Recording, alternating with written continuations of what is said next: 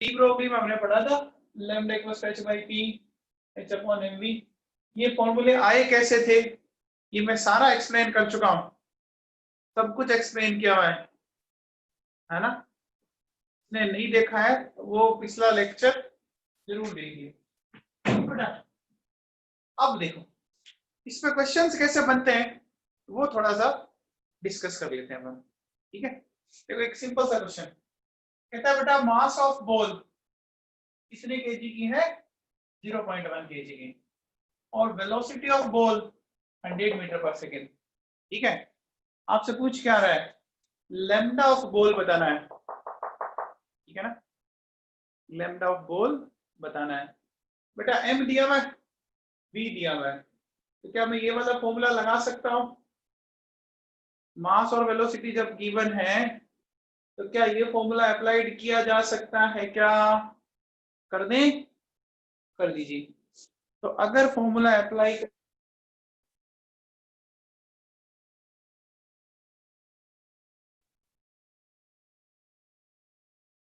बच्चों टाइम से आया करो। देखो हमने लिखा lambda equals to h upon mv 6.62 into 10 की पावर माइनस 34, मास दिया बेटा 0.1 और ये है 100, ठीक है। सोल्व करने पे कितना आ जाएगा, ये आ जाएगा क्या बेटा। ये सबको क्लियर है।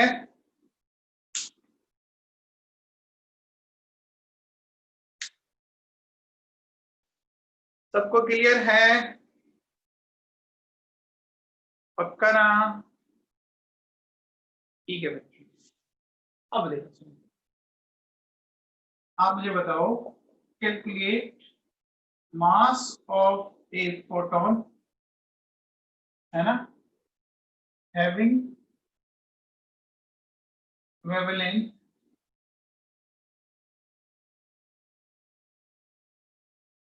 6 angstrom. Calculate mass of a photon having wavelength 6 angstrom. बताओ बच्चों,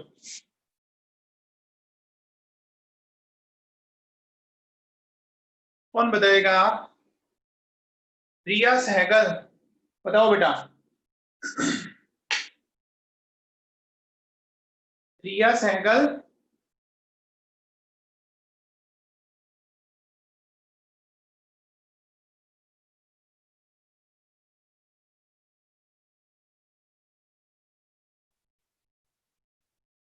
हाँ भैया कौन बता रहा है।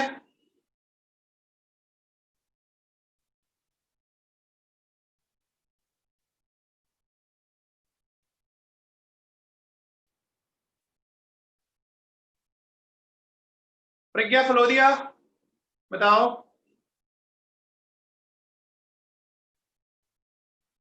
आरची गांधी,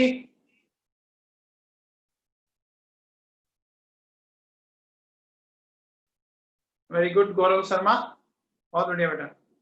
देखो सुनो, हमने ये देखिए lambda equals to h upon formula लिखा हुआ है, लिखा हुआ है। बट आपको एक बात पता होनी चाहिए, बात क्या, कि जो फोटोन है वो याद करो हमने ये टर्म कहाँ यूज लिया था, इलेक्ट्रोमैग्नेटिक वेव में पढ़ाया था ना आपको। फोटोन टर्म हमने इलेक्ट्रोमैग्नेटिक वेव में यूज लिया था, याद है क्या। हम कहते हैं कि जब भी किसी बॉडी से कोई हीट रिलीज होती है या गेन होती है तो छोटे छोटे पैकेट्स के फॉर्म में होती है। इन पैकेट्स के ऊपर क्या बोला था, फोटोन या क्वांटा बोला था, याद करो। याद है क्या, इलेक्ट्रोमैग्नेटिक वेव के जो पैकेट्स थे उनको फोटोन या क्वांटा बोला था।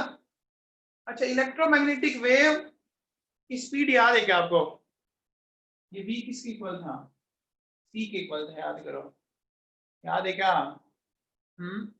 याद है, बस हो गया बेटा क्वेश्चन।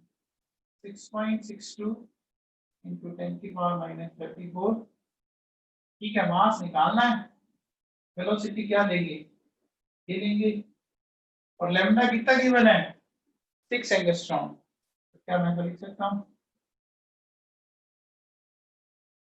मास कैलकुलेट कर लेंगे कैसे 6.62 into 10 की पावर माइनस 34।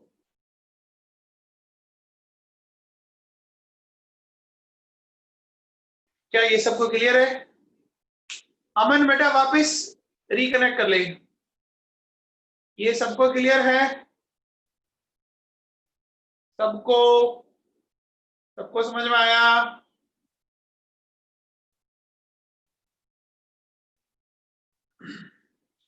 चलें आगे फिर। ठीक है बेटा।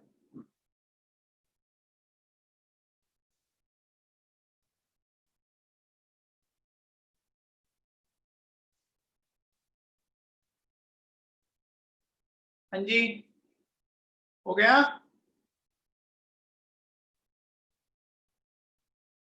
हटा दूं ये क्वेश्चन, हटा दूं बच्चों? सबने नोट कर लिया? Okay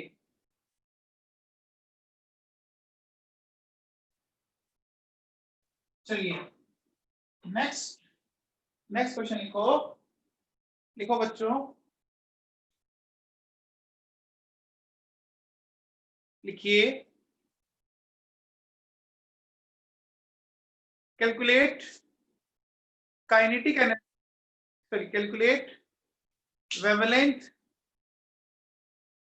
of electron, calculate wavelength of matter wave related to electron। ऐसा लिखिए calculate wavelength of matter wave related to electron if kinetic energy of electron is, आपको मैंने किया 2 into 10 की पावर 25। क्या फाइंड आउट करना है बताओ बच्चों? Calculate wavelength of matter wave related to electron if kinetic energy of electron, if kinetic energy of electron is 2 into 10 की पावर minus 25 जूल।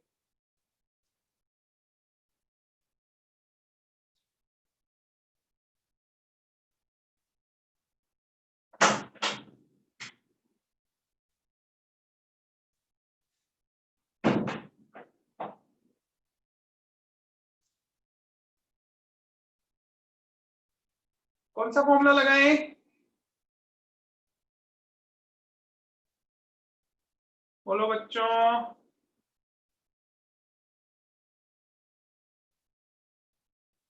कौन सा फॉर्मूला? ये वाला ना, लगा दे, लगा लो फिर।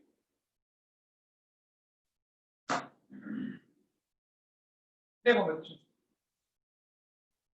h की वैल्यू 6.62 into 10 के पावर माइनस 34, ये 2 into 9.1, ये हो गया बच्चों। काइनेटिक एनर्जी आपको गिवन है, बोलो। ये डाटा रख दिए मैंने। अब बच्चा देखो 6.62 into 10 की पावर माइनस 34। तो बेटा ये 2 और ये 2 स्क्वायर रूट लेंगे तो एक 2 बच जाएगा। ये 2 into 2 4 हो गया, 4 का स्क्वायर 2 आ जाएगा, 9.1 है। तो इसका अगर आप स्क्वायर रूट लोगे तो वैल्यू आती है 3.01। मैं उसको एक बार 3 लिख लेता हूँ। आप देखो बेटा 10 की पावर माइनस 31 और 10 की पावर माइनस 25 जोड़ेंगे आप तो कितना आएगा? देखो आपका ये आएगा 56 माइनस 56, स्क्वायर रूट लेंगे तो क्या आएगा 10 की पावर माइनस 28 आएगा। तो सोल्व कर लेंगे, सोल्व कर लोगे अब तो पक्का?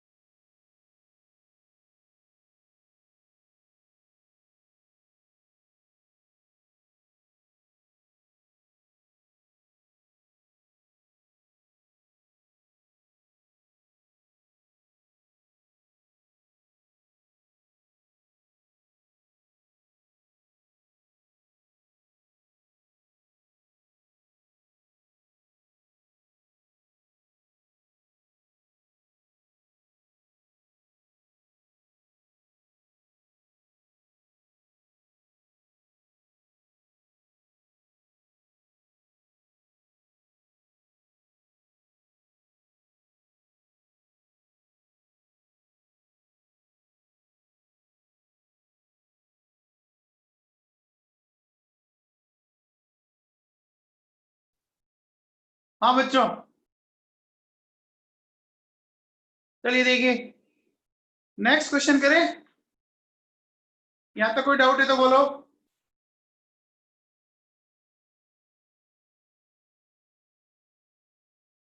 ठीक है, चलिए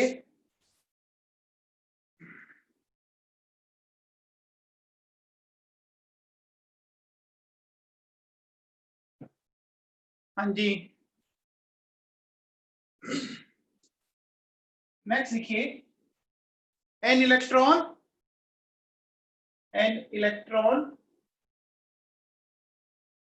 is accelerated, an electron is accelerated with the potential difference of 1.5 volt, with 1.5 volt.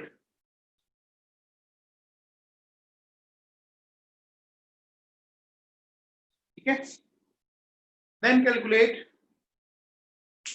lambda, then calculate wavelength in angstrom, then calculate wavelength in angstrom. बताओ बच्चों,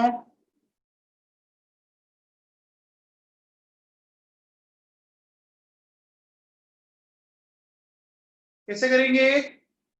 बहुत आसान है, हो गया सबसे। बेटा ये लगा लो, देखो क्या करना है, लैम्डा ऑफ इलेक्ट्रॉन 150 की 1.5 गिवन है, सोल्व कर लेंगे। ठीक है, ये आ गया 100, सोल्व करने पर आ गया 10। तो क्लियर है सबको? सबको क्लियर है?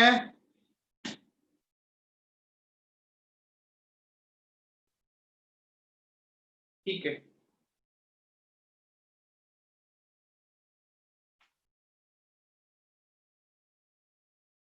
नेक्स्ट क्वेश्चन लिखिए।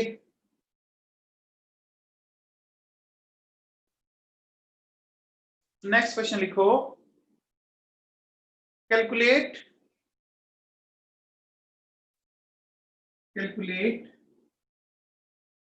De Broglie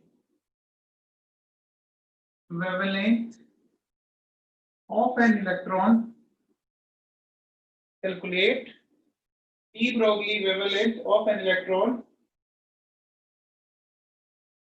traveling at 1% speed of light. बताओ बच्चों, calculate de Broglie wavelength of an electron traveling at 1% speed of light. कर सकते हैं? क्या ये क्वेश्चन हो जाएगा आपसे?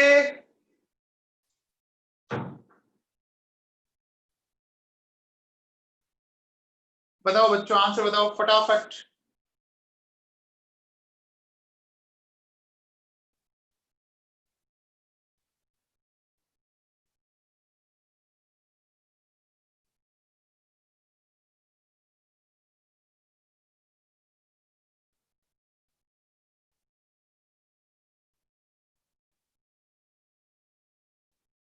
फॉर्मूला कौन सा लगेगा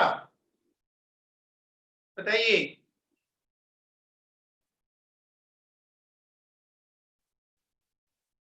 हाँ जी, वेरी गुड लोचन। देखो बेटा, सबसे पहले v निकालो। तो v क्या है आपका? 1% ऑफ 3 इंटू 10 की पावर 8। तो 1% मतलब 1/100, 3 इंटू 10 की पावर 8 कितना आ गया? 3 इंटू 10 की पावर 6 है ना। लैम्डा क्या आ जाएगा? 6.62 इंटू 10 की पावर -34। मास हम जानते हैं, एंड वेलोसिटी हमने निकाल ली, सोल्व कर लेंगे ए,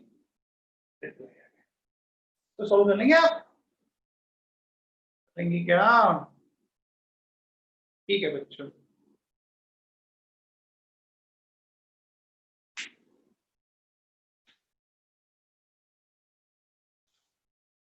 हाँ जी,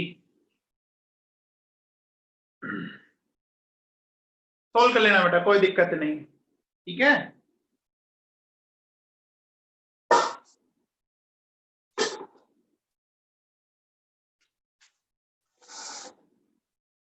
नेक्स्ट क्वेश्चन लिखो।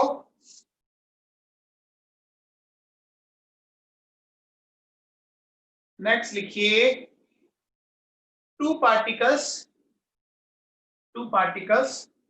A and B are in moving state. Two particles A and B are in moving state.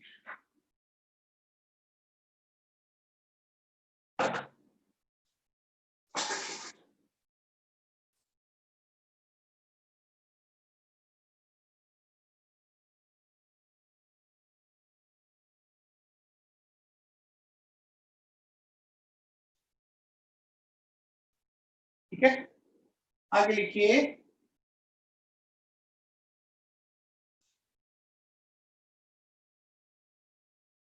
the wavelength associated with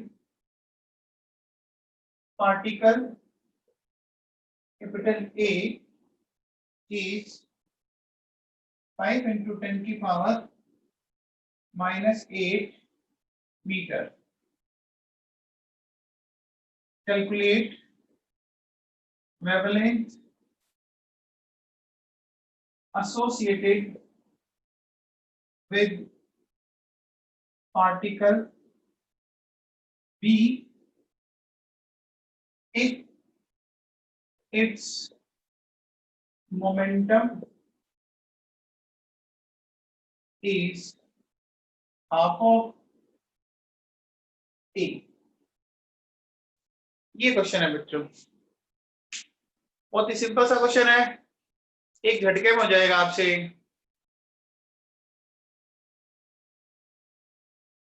ऐसा जब भी आए, मैंने क्या फंडा बताया था, ऐसी जब भी कोई चीज आए क्या करता होता है, रेशियो लेके सोल्व करना होता है, बस ले लो।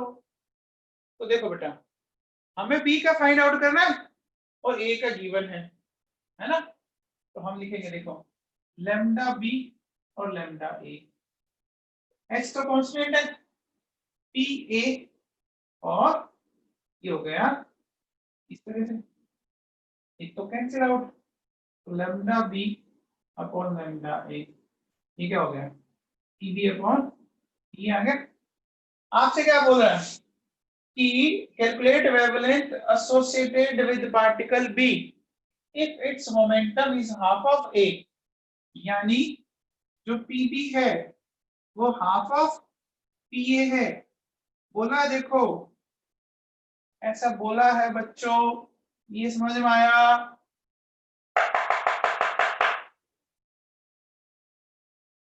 आएगा समझ में?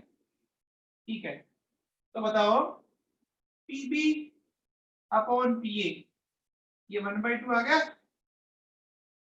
तो यहां से देखो बेटा, लैम्डा बी अपॉन लैम्डा ए, पीबी अपॉन पी आ गया 1/2, लैम्डा ए की वैल्यू आपको गिवन है, तो यहां से देखो क्या करोगे, लैम्डा बी लैम्डा ए इंटू हाफ, तो ये कितना हो गया, 5 इंटू 10 की पावर -8 इंटू हाफ, और कर लेंगे।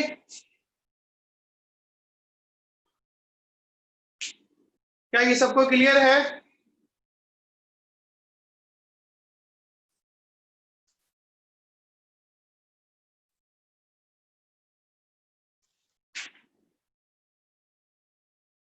सबको क्लियर है?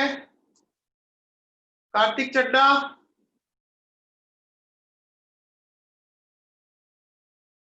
चड्डा साहब,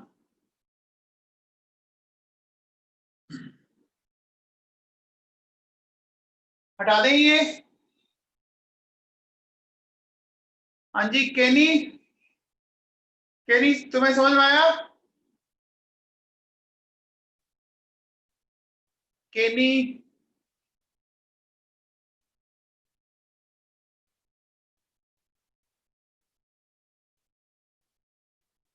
कुमुद सिपानी, समझ में आया बेटा? ठीक है।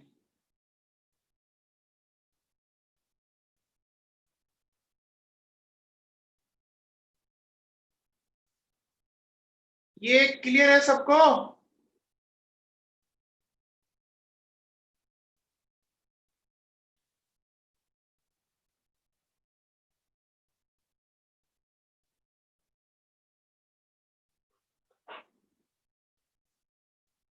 चलो देखो बच्चों सुनो, नेक्स्ट बात अपन करें।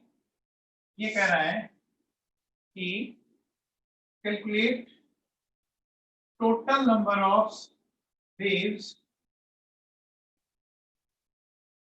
in an orbit where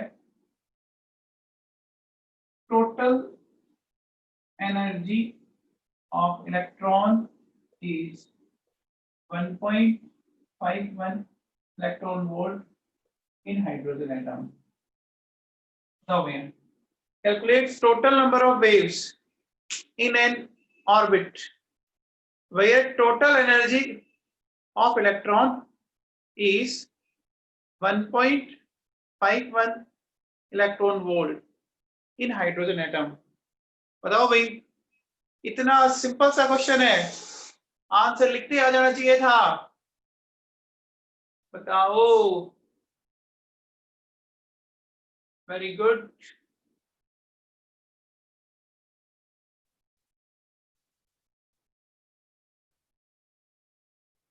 Bhavika, Bhavika Sachdev, Mahak बहुत बढ़िया।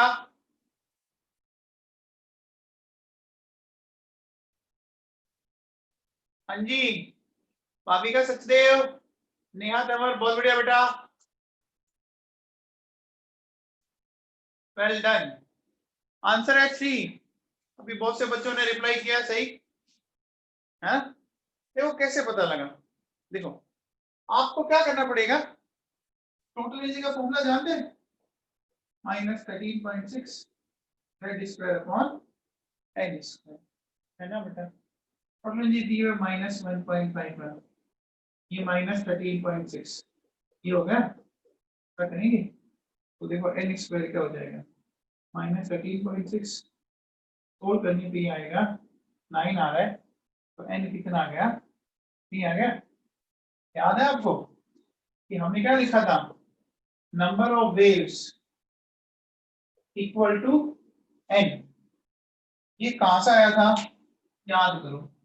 देखो हमने एक कंसेप्ट पढ़ा था, MVR equals to NH upon 2 pi, पढ़ा था। इस 2 पाई को क्या करता हूं, इधर ले आता हूं मैं, ठीक है ना? तो 2 पाई R और इसको इधर ले आया मैं, H अपॉन MV। बेटा H अपॉन MV देखो किसके इक्वल है, लैम्डा के इक्वल है। यानी देखो जो सर्कमफेरेंस है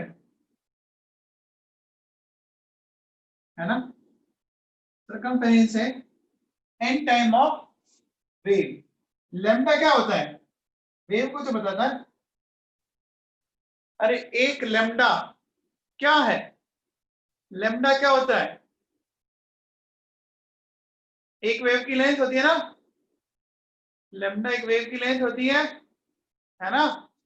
तो अब बताओ, जब n3 आया हमारा निकल के यहां से ये, तो बस सर्कमफेरेंस में कितनी वेव बनेगी, 3 वेव बन जाएगी क्या, 3 वेव बनेगी क्या, है ना? ठीक है, आगे चले। तो डी ब्रोगली सबको क्लियर है, de Broglie,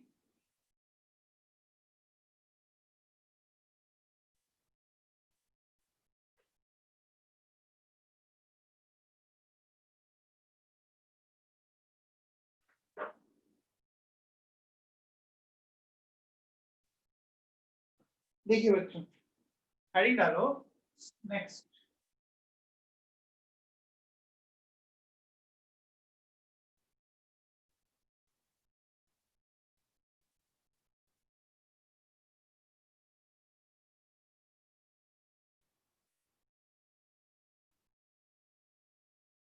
Heisenberg's uncertainty principle.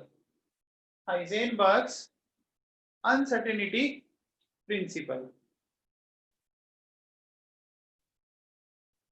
आप में से कोई बताएगा क्या होता है ये? कोई बताएगा क्या?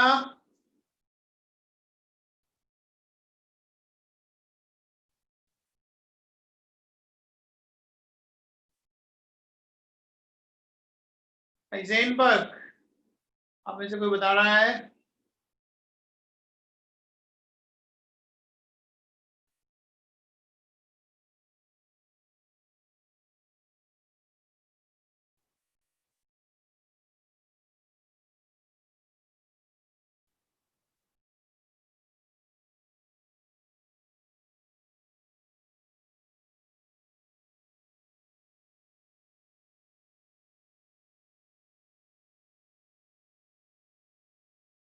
चलिए देखो बेटा, एक्सप्लेन करते हैं अपन इसको। देखो बेटा, ये कोई एक बॉल है सपोज, ठीक है? ये बॉल जो है तो अपन बोलते हैं मैक्रोस्कोपिक पार्टिकल। मैक्रोस्कोपिक उसको बोलते हैं जो हमें नेक्ड आई से दिख जाए। समझ में आ गई बात? ये देखो, जैसे ये बॉल है, ये आपको दिख रही है, नेक्ड आई से दिख रही है, दिख रही है ना? तो इसको क्या बोलेंगे? मैक्रोस्कोपिक। अब बेटा इसके ऊपर देखो, लाइट गिरी है, ट्यूबलाइट की गिर रही है ना, इस पे फोटोन आके गिर रहे, बोलो। लेकिन क्या इसका पाथ चेंज हो जाता है क्या? ये भाग रही है क्या? जैसे आप सोचो, आप बाइक या एक्टिवा पे चल रहे थे और पीछे से मैंने टॉर्च मारी, तो क्या आपकी स्पीड बढ़ गई क्या? अरे स्पीड बढ़ जाती है क्या? नहीं बढ़ती ना। समझ में आ रही है बात?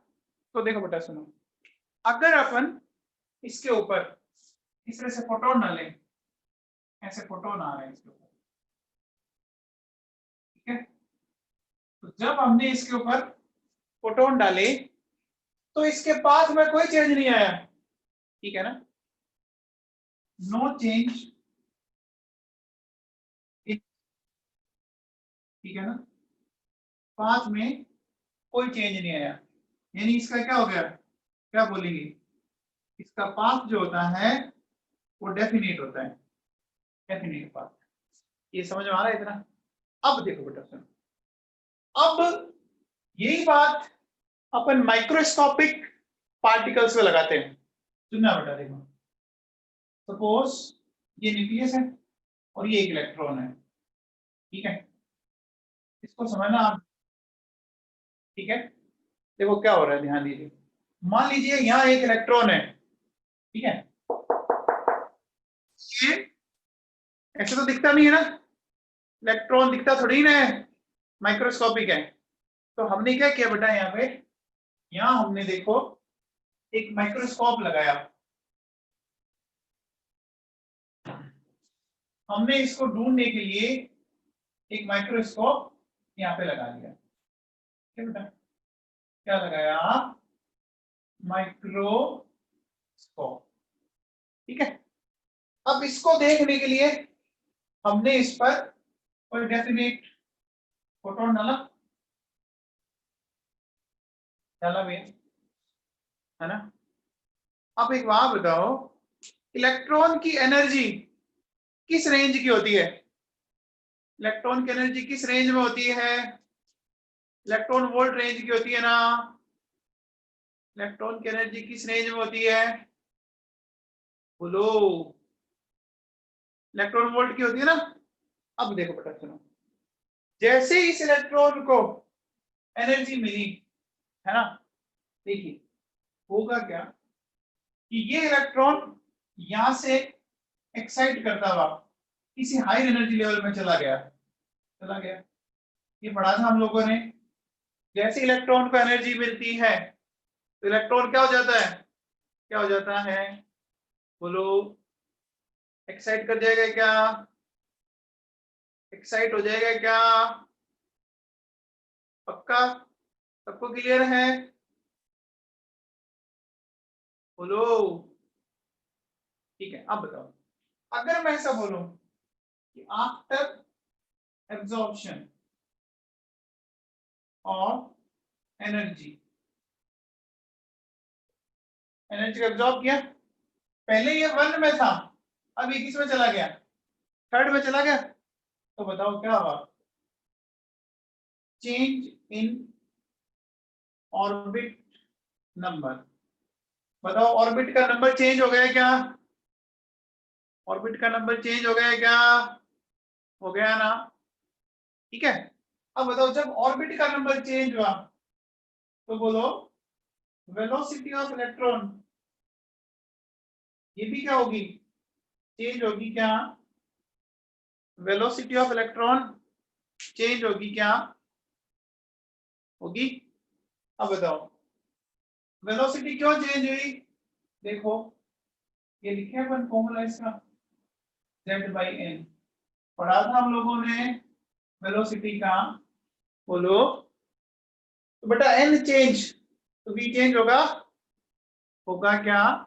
अब बताओ अगर वेलोसिटी चेंज तो मोमेंटम ऑफ इलेक्ट्रॉन, ये भी क्या हो जाएगा, ये भी चेंज हो जाएगा क्या, मोमेंटम ऑफ इलेक्ट्रॉन चेंज होगा क्या, होगा ना, क्यों होगा, क्योंकि मोमेंटम का फॉर्मूला क्या होता है, P equals to mv, change हुआ मोमेंटम, हुआ ना। पहले ये पिक्चर समझ में आई क्या सबको, जो बोर्ड पे लिखा हुआ है, किसी को दिक्कत है क्या, अरे किसी को डाउट है क्या,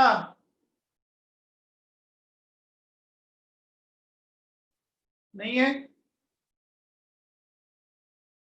अब उसका मतलब समझें, इसका मतलब आपने जैसे इस इलेक्ट्रॉन को आपको लोकेट करना था, आपने जैसे इसमें फोटोन डाला इलेक्ट्रॉन एक्साइट करके, ये तो कहीं और चला गया, इसका मतलब इसके पाथ को अपन डेफिनेटली डिटरमाइन नहीं कर पा रहे, इसके पोजीशन को डेफिनेटली डिटरमाइन नहीं कर पा रहे। अरे ये बात सुनाई क्या, अरे ये बात समझ में आई। अब बच्चे के दिमाग में देखो क्या आता है, वो कहता है कि सर फोटोन आप कम वेवलेंथ का डालो ना, एक्साइट ही ना, फोटोन कम वेवलेंथ का डालो, एक्साइट ही ना करें, तो बेटा कम वेवलेंथ का डालोगे तो दिखेगा ही नहीं। जैसे आपने माइक्रोस्कोप में देखा होगा ना, माइक्रोस्कोप में जो लेंस लगे होते हैं उनकी सबकी पावर अलग अलग होती है ना। जैसे आपके चश्मे का नंबर चेंज हो गया, मान लीजिए -4.5 आ गया और आपने -1.5 का यूज लिया, क्या आपको दिखेगा, बताओ, नहीं दिखेगा ना। तो जिस वेवलेंथ से दिख रहा है, हमने अगर उससे अलग वेवलेंथ यूज ली तो वो वैसे ही नहीं दिख रहा, और वो वेवलेंथ यूज ली तो इसको एनर्जी मिली और ये अपना मेन ऑर्बिट छोड़ के कहीं और चला गया। तो बेटा पोजीशन और मोमेंटम दोनों ही क्या हो गए, बोलो, चेंज हुए क्या, अरे चेंज हुए क्या, ये सबको समझ में आया क्या, सबको क्लियर है, सबको ना, भाविका सचदेव, भाविका,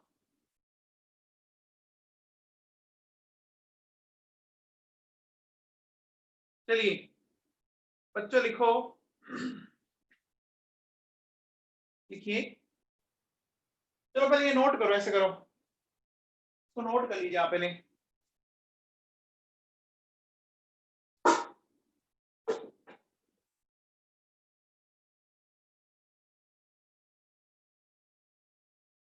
पहले नोट कर लो बच्चों।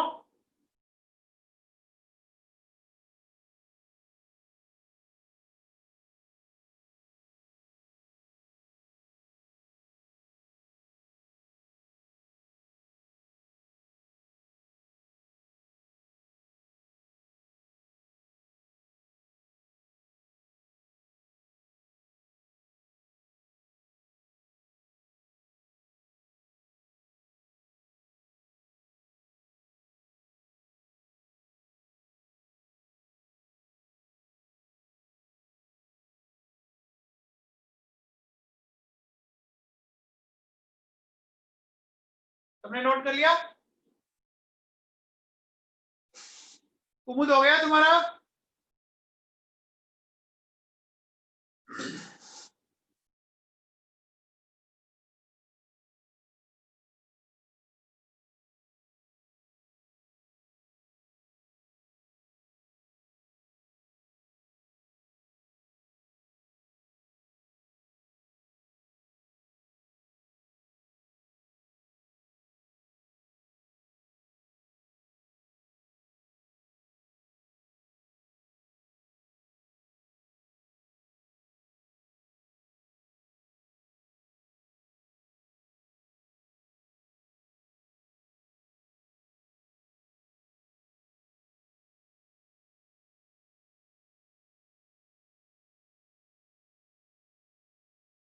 कशिश बेटा आपने जो भी डाउट भेजा है, सुनो, मैंने ये तो बताया था कि अपन ऐसी वेवलेंथ डाले कि इलेक्ट्रॉन एक्साइट करके ना जाए, लेकिन उसकी एनर्जी इतनी कम होगी कि वो हमें दिखेगा ही नहीं। ये तो मैंने एग्जांपल दिया था कि आपके मान लीजिए लेंस का नंबर है 4.5 और आपने लेंस लगाया 1.5 का, तो क्या आपको दिखेगा? बोलो, दिखेगा क्या? कशिश सुन रहे हैं आप?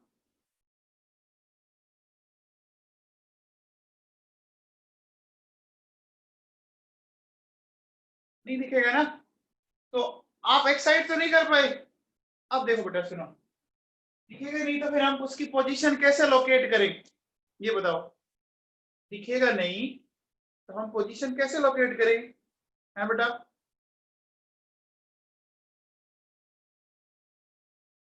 बेटा कर ही नहीं सकते, है ना लोचन? अपन लोकेट कर ही नहीं सकते, यही तो प्रॉब्लम है। हम सिर्फ और सिर्फ इलेक्ट्रॉन की प्रोबेबिलिटी बताते हैं। सुनो तो सही, कशिश यही तो बता रहा हूं बेटा, ज्यादा वेवलेंथ की डालोगे तो एनर्जी कम होगी। देखो एनर्जी का फॉर्मूला होता है hc/लैम्डा। आपने लैम्डा बढ़ा दिया तो एनर्जी कम होगी, वो इलेक्ट्रॉन आपको दिखेगा ही नहीं ना, तो लोकेट कैसे करोगे ये बताओ। कशिश समझ में आई बात? कशिश समझ में आई?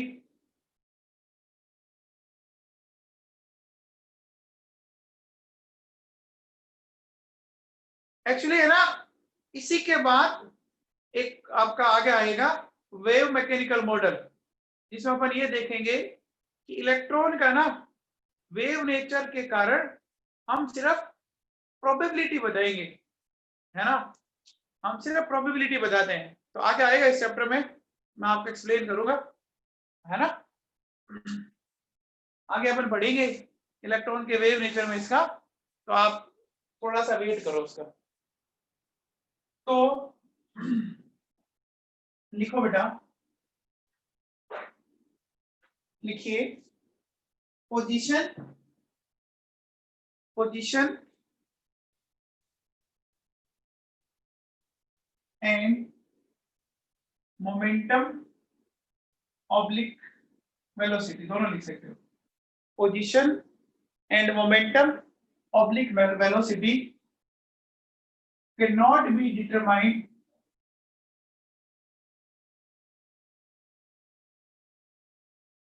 cannot be determined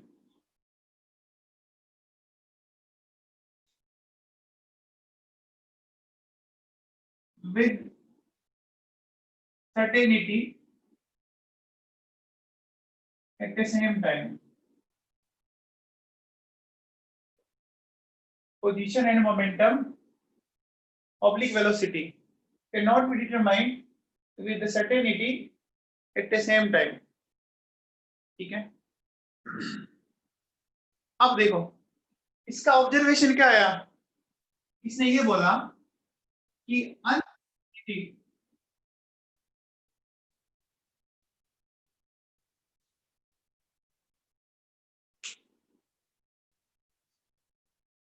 uncertainty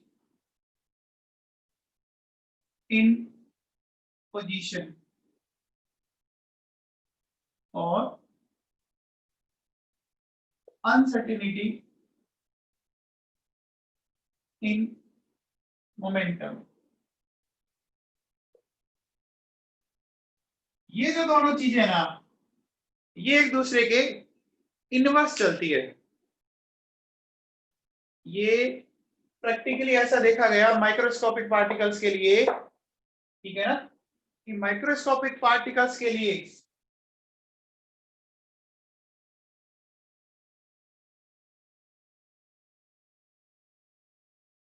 देखो डेरिवेशन अपने सिलेबस में है नहीं, ये ध्यान रखना, डेरिवेशन अपने सिलेबस में नहीं है। तो देखो ये कहता है अनसर्टेनिटी इन पोजीशन। अब देखिए बेटा सुनिए, हम पोजीशन की अनसर्टेनिटी लिखते हैं डेल्टा एक्स और इसको लिखते हैं अपन डेल्टा पी, ठीक है ना।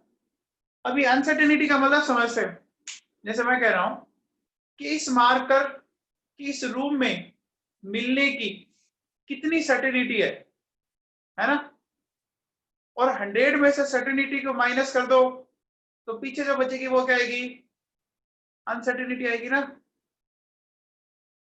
जैसे आपसे ये बोला जाए कि आज बारिश आने की 90% सर्टेनिटी है, तो 10% क्या हुई, अनसर्टेनिटी होगी क्या। सर्टेनिटी प्लस अनसर्टेनिटी दोनों मिला के 100% होगा। क्या ये क्लियर है सबको? अब मुझे एक बात बताओ, इसमें जितनी ज्यादा अनसर्टेनिटी, इसमें जितनी ज्यादा अनसर्टेनिटी है ना, उसमें उतनी कम अनसर्टेनिटी हो गई, है ना। ये जितना ज्यादा अनसर्टेन है वो उतना ही कम अनसर्टेन हो गया। अनसर्टेन कम तो सर्टेन ज्यादा हुआ क्या, सर्टेन ज्यादा हो गया। हाँ जी बोलो, सही बात है। देखो मैं अगर बोलूं कि मोर अनसर्टेनिटी इन पोजीशन, ठीक है, मोर अनसर्टेनिटी इन पोजीशन, ठीक, तो लीस्ट अनसर्टेनिटी इन मोमेंटम, या अपन कह सकते हैं कि मोर सर्टेनिटी इन मोमेंटम। क्या ये बात क्लियर है? एक में जितनी ज्यादा अनसर्टेनिटी होगी दूसरे में उतनी ज्यादा सर्टेनिटी आ जाएगी। क्या ये बात क्लियर है क्या?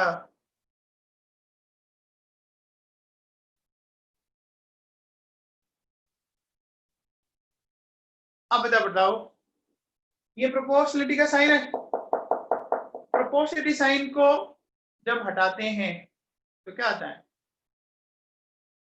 कांस्टेंट आता है क्या? तो ले आए कांस्टेंट। देखो बेटा तो हमने क्या किया, delta X equals to constant divided by delta P, ठीक है। मैं इधर लिखता हूं बेटा, देखो delta X equals to constant delta P, ठीक है। अब देखो बेटा सुनो, ये जो कांस्टेंट है इसकी जो वैल्यू आती है वो आती है h/4 इस कांस्टेंट की वैल्यू जो है वो हाइजेनबर्ग ने कैलकुलेट करके ये बताई h/4 तो याद रखनी पड़ेगी। हो सकता है आपको ऐसा मिल जाए, देखो delta x into delta p ऐसा लिखा भी मिल सकता है। क्या ये क्लियर है सबको?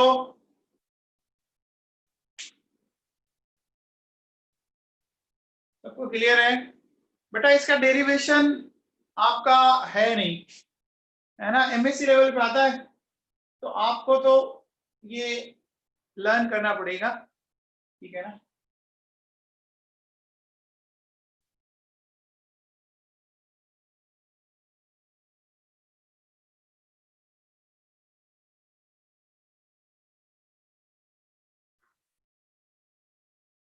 चलो तो आपको फाइनली ये वाला फॉर्मूला लर्न करना है, ठीक है।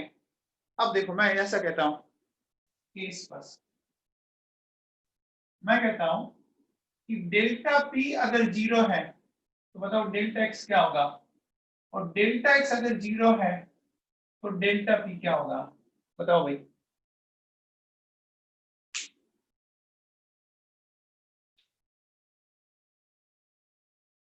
बोलो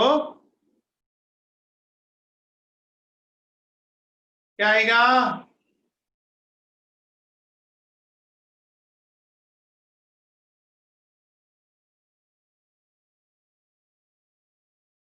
अरे बोलो,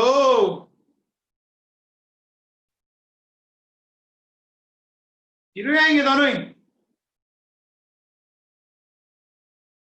इनफाइनाइट आएगा ना बच्चों, इनफाइनाइट आएगा, इनफाइनाइट आएगा,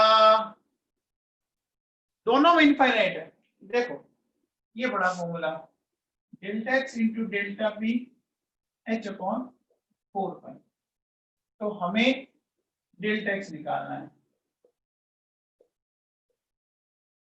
ठीक है। तो h/4 इंटू जीरो करेंगे, जीरो से डिवाइड करने पर क्या हुआ, इनफाइनाइट आया ना बेटा,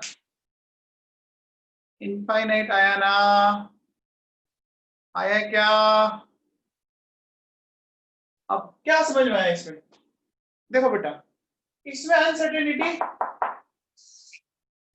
इसमें अनसर्टेनिटी जीरो है ना, यानी सर्टेनिटी कितनी होगी 100। तो देखो इसमें अनसर्टेनिटी जीरो, लेकिन इसमें अनसर्टेनिटी क्या आई, देखो मैक्सिमम आई, इनफाइनाइट आ गई ना। अरे बोलो, एक में अनसर्टेनिटी जीरो है तो दूसरे में अनसर्टेनिटी इनफाइनाइट है। ये बात समझ में आई? क्या ये बात समझ में आई क्या? एक जितना ज्यादा सर्टेन दूसरा उतना ही ज्यादा अनसर्टेन हुआ। क्या ये बात क्लियर है? तो बोलो सेकंड में भी यही आएगा क्या, सेकंड में भी यही आएगा क्या, डेल्टा पी h/4 ये भी इतना ही आएगा, आएगा क्या, आएगा?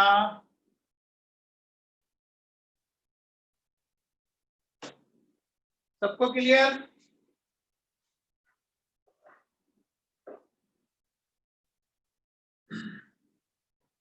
बोलो हाँ बेटा, अपन डिफाइन नहीं कर सकते, कुमुद नहीं कर सकते बेटा। हो गया? बोलो चलिए, हाँ कुमुद करेक्ट, सही है आपकी बात। चलिए अब देखिए, अगर मैं ऐसा बोलूं,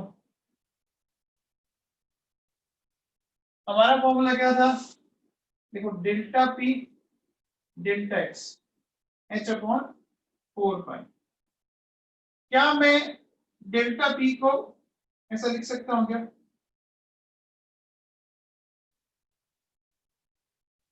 क्या ऐसा लिख सकता हूं क्या? लिख सकते हैं बेटा। मोमेंटम एम वी होता है, क्या लिख सकते हैं? पक्का? सबको क्लियर है?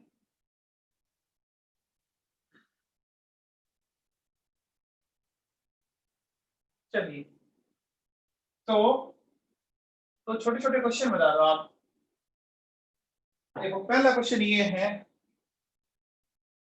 कि एक delta P equals to delta X, then delta V क्या होगा? बताओ। Delta P equals to delta X, then delta V क्या होगा? बताइए।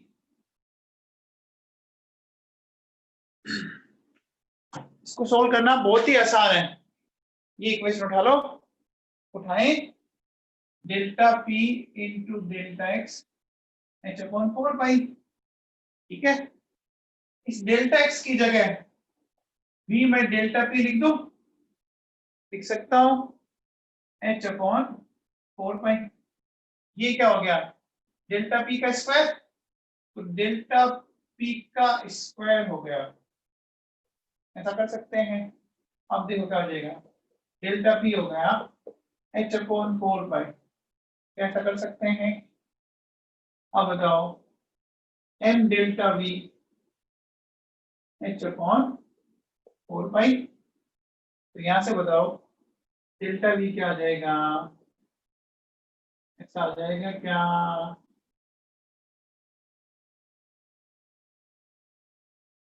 क्या क्लियर है?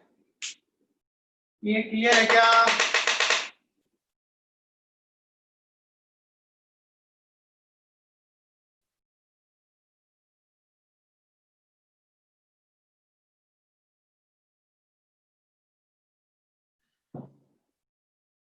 चलिए ये बताइए, if delta v equals to delta x, then delta p क्या होगा?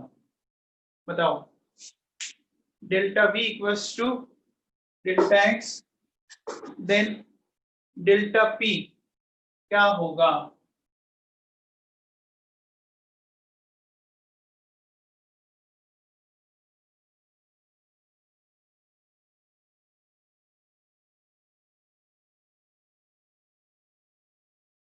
देखो बेटा सुनो, हमें क्या करना पड़ेगा? हमने ये लिखा था m delta v delta x, ऐसा लिखा था।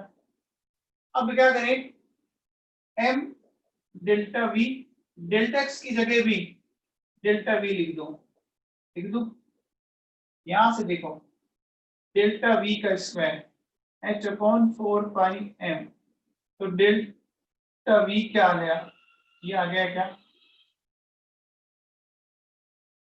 आ गया? ये डेल्टा v आ गया। यहां तक सबको क्लियर है क्या? यहां तक क्लियर है क्या?